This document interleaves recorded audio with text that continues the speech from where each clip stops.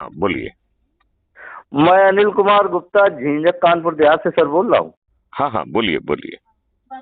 हमारे यहाँ 12 तारीख को बैस होली मिलन समारोह है, डॉक्टर सुमन गुप्ता जी की अध्यक्षता में। ओके, सुमन तो गुप्ता जी कौन है? ये अखिल भारतीय बैस एकता परिषद के राष्ट्रीय अध्यक्ष है। ओके, ये तो बहुत अच्छी बात है।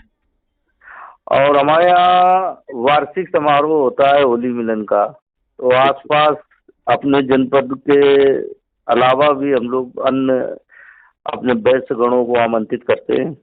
तो सुमन जी जो है, जी, उनका नंबर आप जरा मुझे एसएमएस कर दीजिएगा। हम कर और देंगे। और उनसे मेरी बात भी करा दीजिएगा, ठीक है ना? उनको खबर जी, करिएगा कि मैं बात करना चाहता हूँ। अच्छा। और अच्छा, दूसरी ये बात है, तो आप एक एक मिनट एक मिनट, मुझे पूरी बात कह लेने दीजिए। अच्छा, आपका जो है मुझे आमंत्रित करने का प्रयोजन क्या है?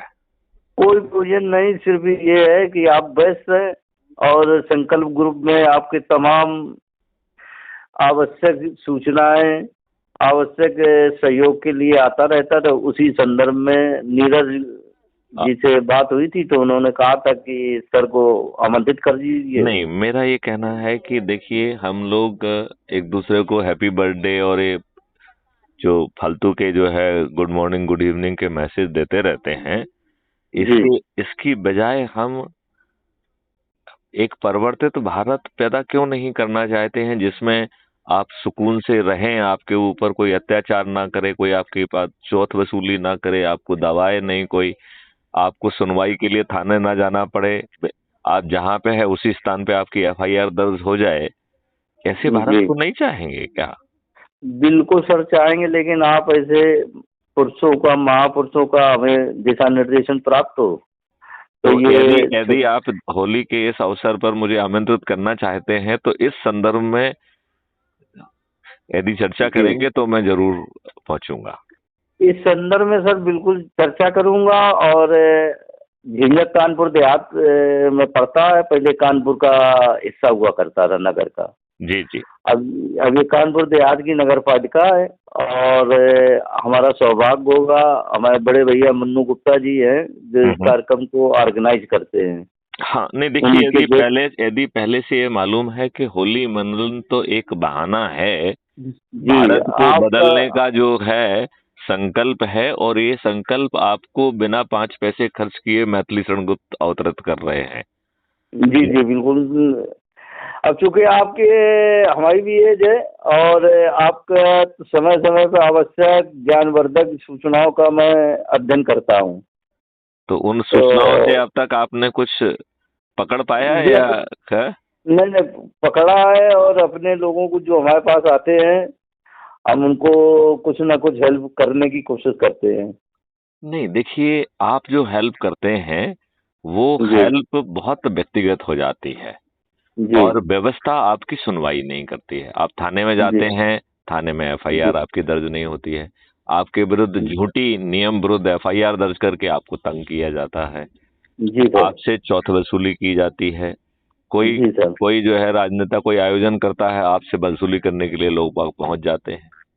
जी, तो आपके परिवार को सताया जाता है, और जी, आप जो है उसे अपने इस भय से कि बदनामी होगी, आप उसकी रिपोर्ट भी नहीं कर पाते हैं। ये जी, जो बात मैं कह रहा हूँ, ये सही है कि नहीं है? बिल्कुल सही है सर, लेकिन हम लोगों को संरक्षण चाहिए। आप संरक्षण दें। एक हम आपको संरक्षण नहीं देंगे, हम आपको व्यवस्था परिवर्तित करके देंगे। हम ठीक ठीक। हम समस्त पार्टियों के समस्त राजनेताओं को पराजित करते करके, यदि आप जी, में से किसी की चंद्रगुप्त बनने की सोच है, तो उस चंद्रगुप्त को जो है मुख्यमंत्री और मंत्री बनाकर जी, व्यवस्था को पूरी तरह से बदल देंगे।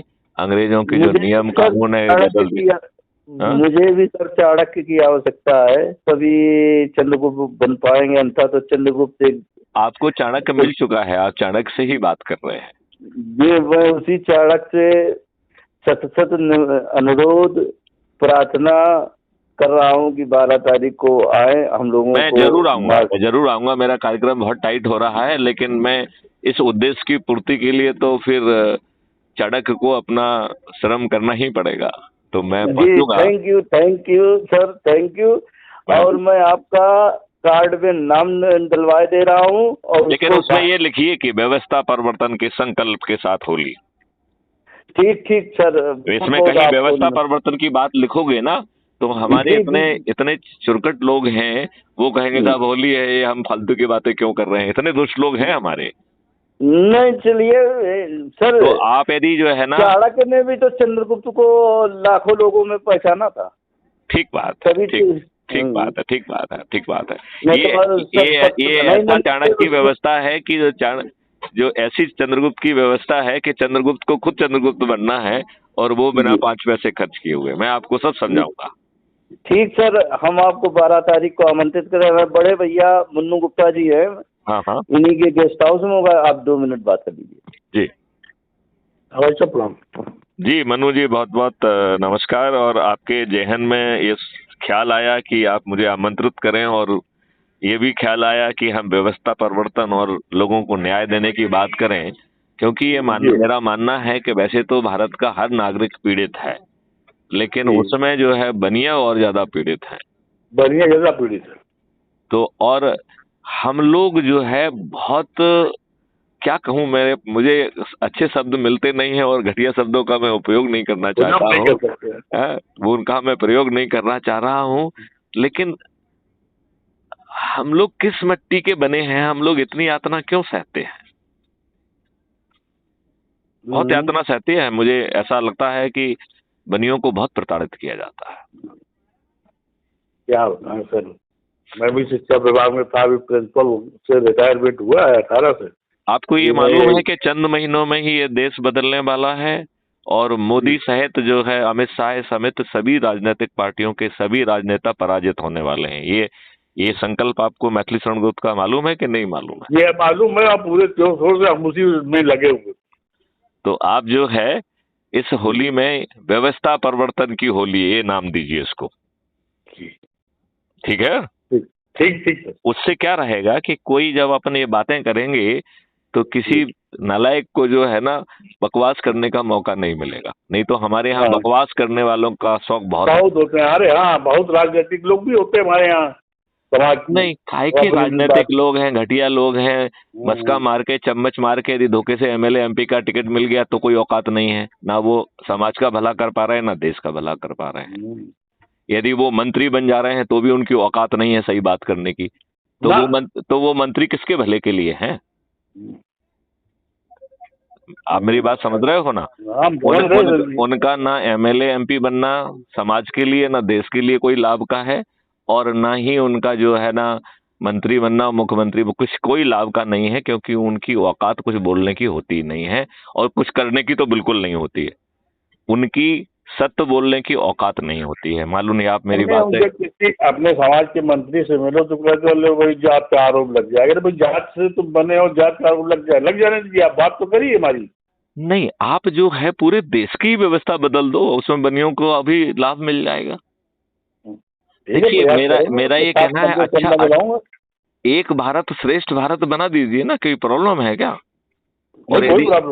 और यदि आपके बिना 5 पैसे खर्च किए इन्हीं गुलामों के नियम कानून के तहत जो है ये व्यवस्था परिवर्तन संभव है, तो चाणक्य के पीछे खड़े हो जाइए। नहीं, खड़े हैं आपके साथ। खड़े हैं ना? चलिए, तो मैं आपको अग्रिम बधाई देता हूं कि भारत का जो है भविष्य बदलने वाला है। भारत एक श्रेष्ठ भारत, एक भारत का निर्माण होने वाला है, और हम सब इसका संकल्प 12 मार्च को लेंगे। ठीक है? ठीक है। उसके साथ अपना व्हाट्सएप नंबर भी आपको आप मुझे इसमें एसएमएस से भेजिए। मैंने व्हाट्सएप का उपयोग करना बंद कर दिया है, तो आप लोग टेलीग्राम को डाउनलोड कर लीजिए, क्योंकि टेलीग्राम में 1 लाख व्यक्तियों का एक ग्रुप बन सकता है। तो 1000 ग्रुप बना के हम जो 100 करोड़ का हमारा लक्ष्य है, तो हमको 1000 ग्रुप बनाना होंगे।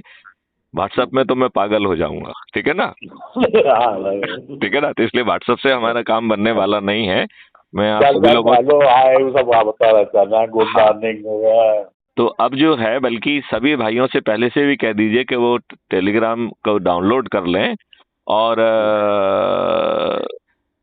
यदि कुछ लोगों के आप नंबर मुझे एडवांस में देंगे तो मैं उनको जो कुछ चीजें शेयर कर लूंगा, जिससे कि जो है ये जब होली के समय मिलेंगे तो ये मीटिंग और सार्थक हो जाएगी। मैं सबसे पहले मैं आपको राष्ट्रीय अध्यक्ष डॉक्टर सुमन गुप्ता का नंबर दूंगा और उनसे बात भी आपसे करवाता हूँ अभी। बिल्कुल आज बिल्कुल बिल्कुल। 5 मिनट में और आप उनको बधाई दे दीजिए कि अब जो है देश बदलने वाला है, देश को एक परिवर्तित भारत मिलने वाला है जिसमें टैक्स नहीं लगेगा, जिसमें किसी की चेक बाउंस नहीं होगी, जिसमें कोई दिवालिया नहीं होगा, जिसमें कोई व्यक्ति गरीब नहीं होगा, जिसमें कोई व्यक्ति गरीब नहीं होगा, किसी को फ्रीबी की, किसी को पीएम आवास योजना से घर की जरूरत नहीं होगी। ऐसा भारत चंद महीनों में अवतरित हो जाएगा। ठीक है ना? तो इसकी पूरी योजना बनी हुई है। अब तो ये क्रियान्वयन का आगाज है। आज ही मैंने एक संकल्प पत्र जारी किया है जिसमें मैंने कहा है कि 2024 में माननीय नरेंद्र मोदी, अमित शाह समेत समस्त राजनीतिक पार्टियों के समस्त राजनेता पराजित होंगे, वो भी अदृश्य उभरते हुए चंद्रगुप्तों से। और ये लोग सिर्फ हारेंगे ही नहीं, इनकी जमानतें जब्त होंगी। ये इस दुविधा में घर से बाहर निकलने में शर्म महसूस करेंगे कि उनकी हार का मार्जिन बहुत बड़ा होने वाला है। मतलब वो जो है मुंह दिखाने के लायक नहीं रहेंगे। ये मैं बहुत बड़ी बात कर रहा हूँ और बड़ी जिम्मेवारी से कर रहा हूँ जी। मतलब ये बात तो आप मानेंगे कि मैं कोई हल्की बात नहीं करूंगा। नहीं, आप हल्की बात नहीं कर रहे, गंभीरता से बात कर रहे। हाँ। तो चलिए जो है ये जो है इस बात का आगाज जो है हम 12 तारीख को करेंगे। ठीक है? ठीक। और मैं कंफर्म करता हूं कि मैं आऊंगा। आप जो है इनविटेशन टेलीग्राम को डाउनलोड करके उस पर मुझे इनविटेशन भेज दीजिए। जी। ठीक है ना? और आपसे बात करके मुझे बहुत अच्छा लगा और सुमन जी से मेरी जरूर बात करा दीजिएगा। हाँ, मैं बात कराता हूँ। जी। चलिए, थैंक यू। जय हिंद, जय भारत, वंदे मातरम।